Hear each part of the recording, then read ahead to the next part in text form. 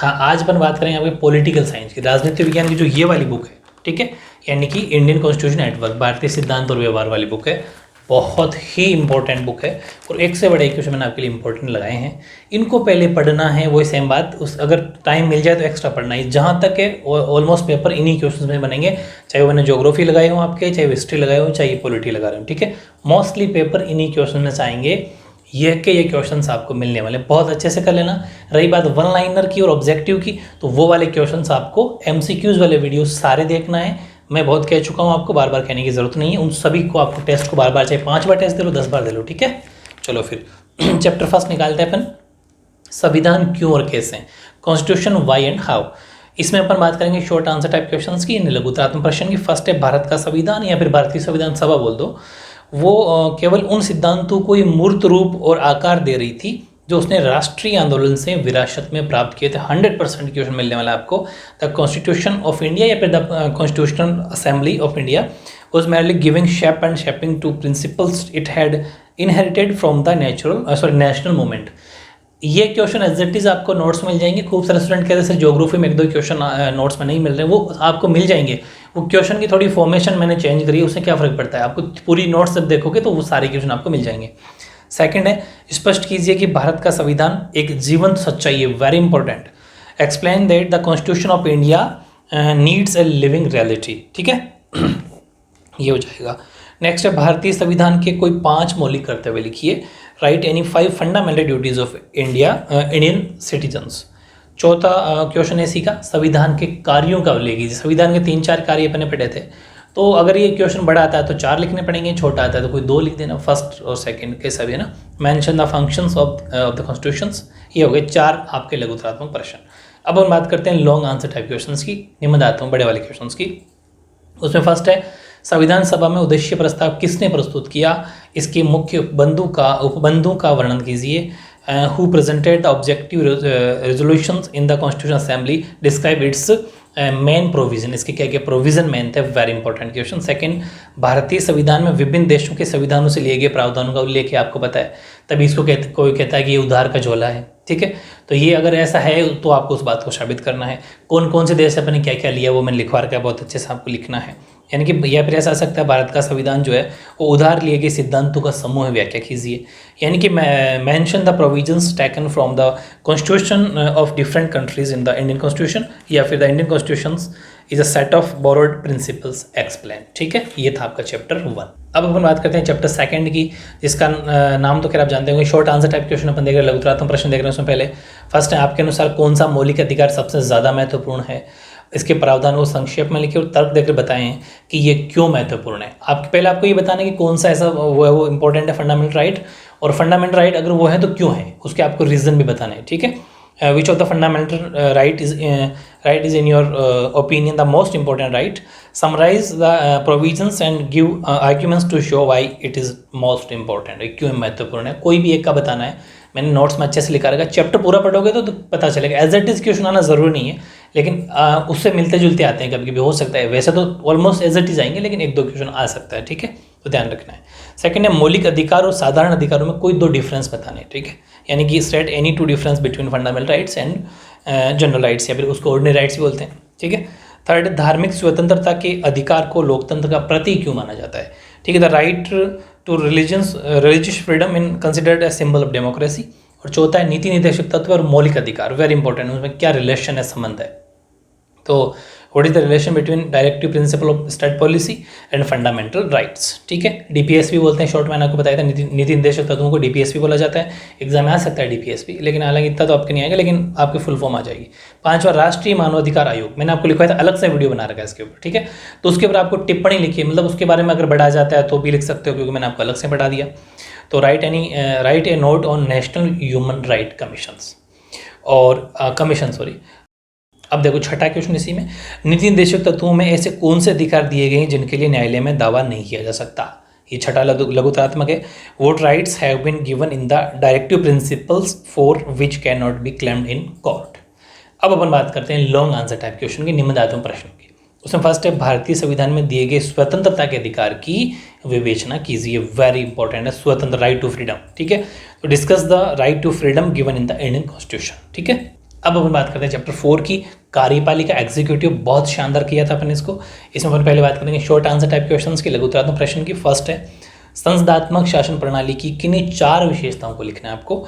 Explain any 4 features of parliamentary form of government. Second, अध्यक्षात्मक शासन प्रणाली। देखो दोनों वेरी इंपॉर्टेंट है, चाहे फर्स्ट या सेकंड में आपको एक क्वेश्चन मिलने वाला है कि किन्हीं 4 विशेषताओं को स्पष्ट कीजिए।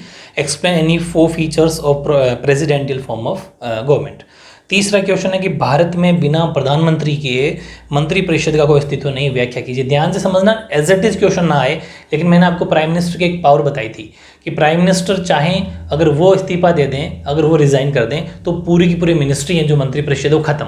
इसका मतलब ये है कि प्रधानमंत्री है तो मंत्रिपरिषद है, प्रधानमंत्री प्राइम मिनिस्टर नहीं है तो फिर काहे की कैबिनेट है। ठीक है, ये चीज़ ध्यान रखना। तो वही पूछा है कि प्रधानमंत्री सरकार की केंद्रीय धुरी है। ठीक है, मैन मतलब है वो उसी के इर्द गिर्द घूमते हैं सब। इस कथन की व्याख्या कीजिए। तो there is no existence of a council of minister in India without a prime minister.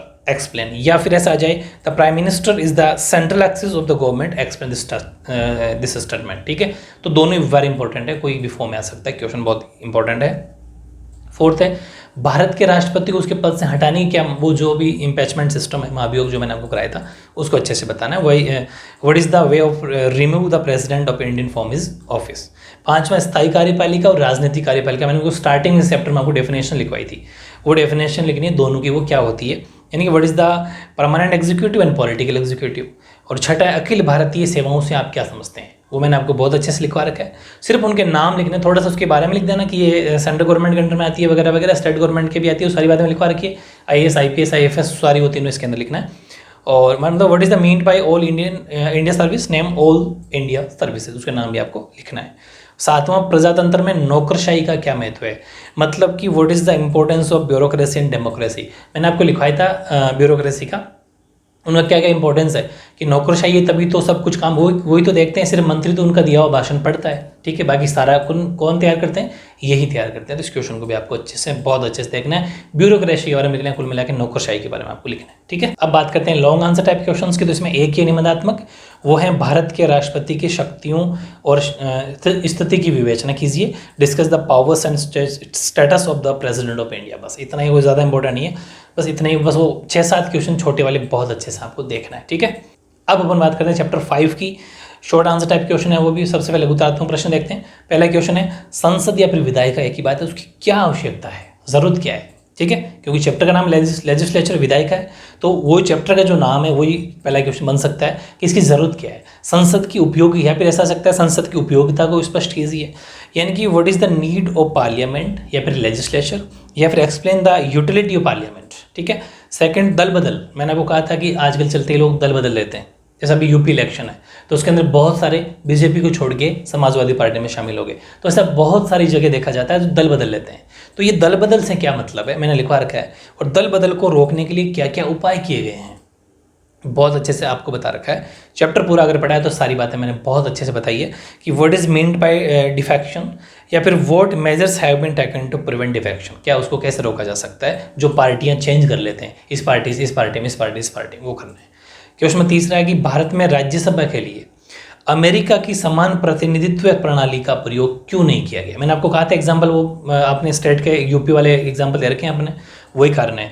क्या कारण है कि why America equal representation system has not been used for Rajya Sabha in India. Bharat के अंदर उसकी तरह जैसे अमेरिका का सिस्टम है राज्यसभा, वो यहाँ पर क्यों नहीं है, कारण बताओ। चौथा, उन परिस्थितियों को बताइए जब भारतीय संसद ने उन विषयों पर भी कानून बना सकती है जो राज्य सूची में शामिल है। राज्य सूची में शामिल होने का मतलब स्टेट लिस्ट, जो सब्जेक्ट स्टेट लिस्ट के हैं वो तो फिर स्टेट ही बनाना चाहिए ना। लेकिन ऐसे कौन कौन से विषय मैंने आपको लिखवाए थे स्पेशल, जिसमें भले ही वो स्टेट लिस्ट में हो, राज्य सूची में क्यों ना हो, फिर भी जो हमारी सरकार है भारतीय, जो संसद है, वो उन पे भी कानून या नियम बना सकती है। State the circumstances when the Indian parliament can make laws और subject which are included in the state list, वो आपको बताने कौन कौन से थे। पांचवा, लोकसभा तथा राज्यसभा की विशेष शक्तियों का उल्लेख कीजिए, विशेष स्पेशल पावर्स, ध्यान रखना ना, जो दोनों की स्पेशल पावर मैंने अलग से लिखवाया था, mention the special powers of Lok Sabha and Rajya Sabha. छठा, भारत में संसदीय समितियां क्या करती है। ठीक है, जो पार्लियामेंट्री कमेटीज़ है वो क्या करती है, वो do parliamentary committees do in India. ठीक है, अब देखते हैं अपन लॉन्ग इसके अंदर निबंधात्मक प्रश्न, भारतीय संसद कार्यपालिका को कैसे नियंत्रित करती है, विवेचना कीजिए। How does the Indian parliament control the executive, discuss. Very very important है, बड़ा क्वेश्चन है और बहुत इंपॉर्टेंट है, आने के पूरे पूरे चांस। अब देखो चैप्टर 6 न्यायपालिका जुडिशरी, इसमें भी अपन बात करेंगे शॉर्ट आंसर टाइप क्वेश्चंस की, लघुतरात्मक प्रश्नों की। पहला है भारत की न्यायपालिका व्यक्ति के अधिकारों की रक्षा किन विधियों से करती है, ठीक है। By what methods does the judiciary of India protect the rights of the individuals, ठीक है। सेकंड, जनहित याचिकाओं और न्यायिक सक्रियता की न्यायपालिका की भूमिका जो है उसको स्पष्ट करना, बहुत इंपॉर्टेंट क्वेश्चन है, मैंने अच्छे से करवाया था। Explain the role of judiciary in public interest litigation and judiciary activism. तीसरा, भारत के सर्वोच्च न्यायालय के सलाह संबंधी जो क्षेत्राधिकार है, जो एडवाइजरी राइट है, वो उसके बारे में आपको बताना है, यानी एडवाइजरी जुरिस्डिक्शन, उसके बारे में आपको बताना है। Explain the advisory jurisdiction of the supreme court of India. Fourth है न्यायिक पुनर्वलोकन की शक्ति का महत्व है, लिखिए। Right the importance of the power of judicial review, very important. अब बात करते हैं लॉन्ग आंसर टाइप क्वेश्चंस के चैप्टर में, निबंधात्मक प्रश्न की। तो फर्स्ट है न्यायपालिका की स्वतंत्रता को बनाए रखने के लिए संविधान के विभिन्न प्रावधान कौन कौन से हैं। हमारी अपन कहते हैं कि हमारी न्यायपालिका स्वतंत्र है, बिल्कुल फ्रीडम है, उस पर कोई किसी का प्रेशर नहीं है। तो क्या क्या ऐसा है जो हमारी न्यायपालिका यानी जुडिशरी जो है वो बिल्कुल इंडिपेंडेंट है, वो आपको रीजन बताना है। तो what are the different provisions in the constitution in order to maintain the independence of judiciary. Second है उच्चतम न्यायालय, सुप्रीम कोर्ट के बारे में आपको सब कुछ लिखना है, आपने क्लास 10th में ही पढ़ाया था मैंने आपको, बहुत शानदार, 11th के अंदर भी है। उच्चतम न्यायालय के गठन, क्षेत्राधिकारों एवं शक्तियों का आपको वर्णन कीजिए। Describe the constitution, jurisdiction and powers of the supreme court, ठीक है। अब देखो चैप्टर 8 लोकल गवर्नमेंट्स, स्थानीय शासन या स्थानीय स्वशासन, बहुत ज़्यादा इंपॉर्टेंट है। हर कॉम्पिटेटिव एग्जाम में ऐसा कोई एग्जाम ही नहीं है जिसके अंदर क्वेश्चन आए, बहुत ज़्यादा इंपॉर्टेंट, ठीक है। इसको बहुत अच्छे से करना है, बहुत टॉप लेवल के मैंने क्वेश्चन आपके लिए सिलेक्ट किए हैं। पहले अपन बात करेंगे शॉर्ट आंसर टाइप क्वेश्चंस की, लघुतरात्मक की। फर्स्ट है स्थानीय शासन के महत्व को स्पष्ट कीजिए, यानी कि describe the importance of local government. Second, 11वीं जो अनुसूची है, 11वीं अनुसूची में किस प्रकार के विषय रखे गए हैं, किन्हीं 5 विषयों का आपको उल्लेख करना है। What types of subject are included in the 11th schedule? Mention any 5 subjects. तीसरा, राज्य चुनाव आयुक्त और राज्य वित्त आयोग, इनकी भूमिका स्पष्ट कीजिए। Explain the role of state election commissioner and state finance commissions, दोनों के बारे में आपको बताना है। फोर्थ है 1992 के जो 74th कॉन्स्टिट्यूशनल अमेंडमेंट हुआ था, संविधान संशोधन अधिनियम जो आया था, उसके मेन प्रावधान क्या थे। बस 74वां में इतने छोटा आएगा, 73rd जो पढ़ेंगे वो बड़ा क्वेश्चन आएगा। यानी what are the main provision of 74th constitutional amendment act of 1992। पांचवा है पंचायती राज व्यवस्था की जो त्रिस्तरीय संरचना है, मैंने आपको बहुत अच्छे से बता रखी है, उसकी बनावट क्या है। What is the 3 tyre structure of Panchayati Raj system, उसका आंसर देना। ये 5 क्वेश्चन बहुत टॉप लेवल के हैं, एग्जाम में आपको इनमें से मिलने वाला है। फिर अपन बात करते हैं लॉन्ग आंसर टाइप क्वेश्चंस की, निबंधात्मक प्रश्न की। उसमें फर्स्ट है पंचायती राज व्यवस्था के संबंध में संविधान के 73वें जो संविधान संशोधन की प्रमुख विशेषताओं की विवेचना कीजिए। वेरी वेरी इंपॉर्टेंट, इस चैप्टर का ये प्रमुख मैन है, मैन कहते हैं ना कि समरी है ये वाला क्वेश्चन, बस सब कुछ है इसके अंदर, सबसे इंपॉर्टेंट है। Discuss the main features of the 73rd constitutional amendment of the constitution with respect to the Panchayati Raj system, ठीक है। ये था आपका चैप्टर 8वां, बहुत इंपॉर्टेंट। अब अपन बात करते हैं चैप्टर 9 की, जिसका नाम है संविधान एक जीवित दस्तावेज, constitution as a living document. पहले अपन बात करते हैं शॉर्ट आंसर टाइप क्वेश्चंस की, लघुतरात्मक प्रश्न की। उसमें फर्स्ट है भारत के संविधान में किन विषयों में साधारण विधि से संशोधन किया जा सकता है, ठीक है। मैंने आपको सारी विधियां बता रही कि उनमें आपको बताना साधारण विधि से संशोधन कौन कौन से किया जा सकता है। इनमें subjects are amendments made in the constitution of India by ordinary law. Second, भारतीय संविधान में कठोर जो भारतीय संविधान है वो कठोर और लचीला संविधान है का मिश्रण है, स्पष्ट कीजिए। In Indian constitution mixer of rigid and flexible constitution, explain. फिर इसमें तीसरा क्वेश्चन है कि 42वें संविधान संशोधन को सर्वाधिक विवादास्पद संशोधन माना गया है, क्यों माना गया है, बहुत इंपॉर्टेंट है।